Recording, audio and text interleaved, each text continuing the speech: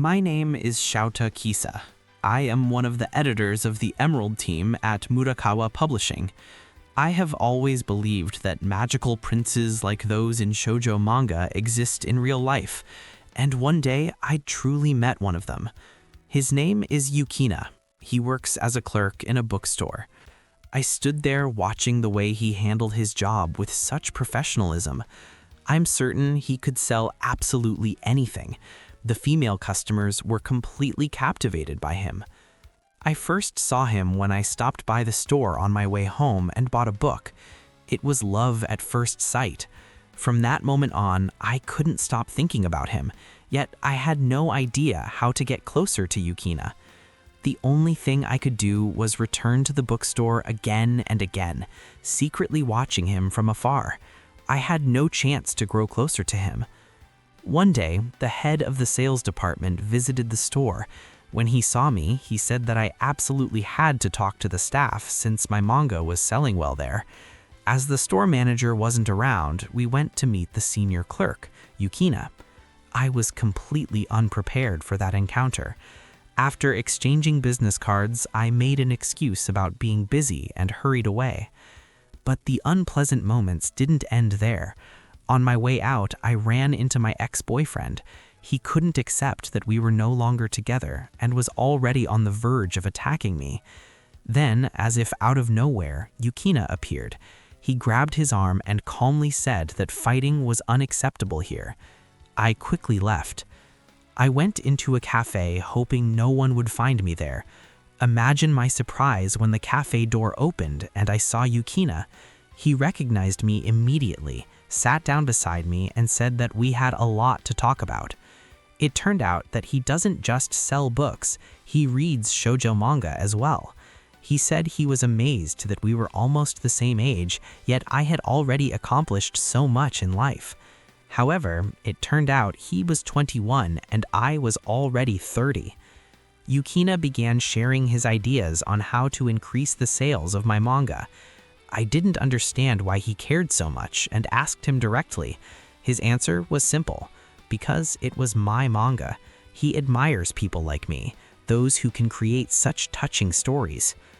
I knew that we had no future together, and yet I desperately wanted to touch him, to know what he was feeling. I didn't know what to do with my emotions. I had never loved anyone before. And then, unexpectedly, Yukina leaned in and kissed me. After Yukina's kiss, I couldn't think about anything else and was unable to focus on my work. So I simply ran away without even asking why he had kissed me. I knew I shouldn't expect a serious relationship, so I decided to stop seeing Yukina and began ignoring his messages. But a few days later, the presentation of my new manga was scheduled, and I had to be at the bookstore where Yukina worked. Yukina behaved as if nothing had happened between us.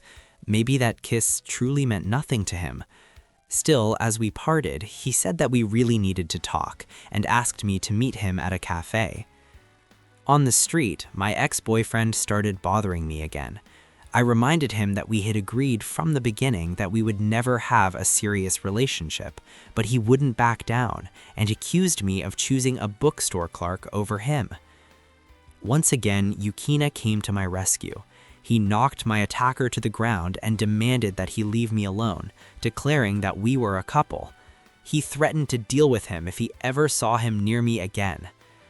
The cafe was already closed, so Yukina invited me to his place. I agreed. It felt awkward to refuse after he had stood up for me. At his home, I saw every manga I had ever worked on. I thanked him for his help and admitted that I was worried he had heard my entire argument with my ex-boyfriend.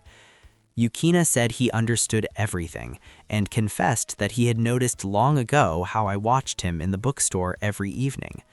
When he learned my age and realized that I was the editor of his favorite manga, he couldn't think about anything else. It hurt him that after the kiss, I had simply disappeared and stopped replying to his messages. He was certain that our meeting was fate and didn't know what to do if I truly didn't care about him. Then he said that he loved me and asked me to go out with him. It turned out that this was the first time in his life he had fallen in love with a man. I told him that I couldn't be with him and that I didn't want him to hate me someday. But Yukina refused to accept that. He kissed me again, took my hand, and held me tightly. I hardly know anything about him, but ever since I met Yukina, my heart and soul have been restless. I am 30 years old, and this is my first love.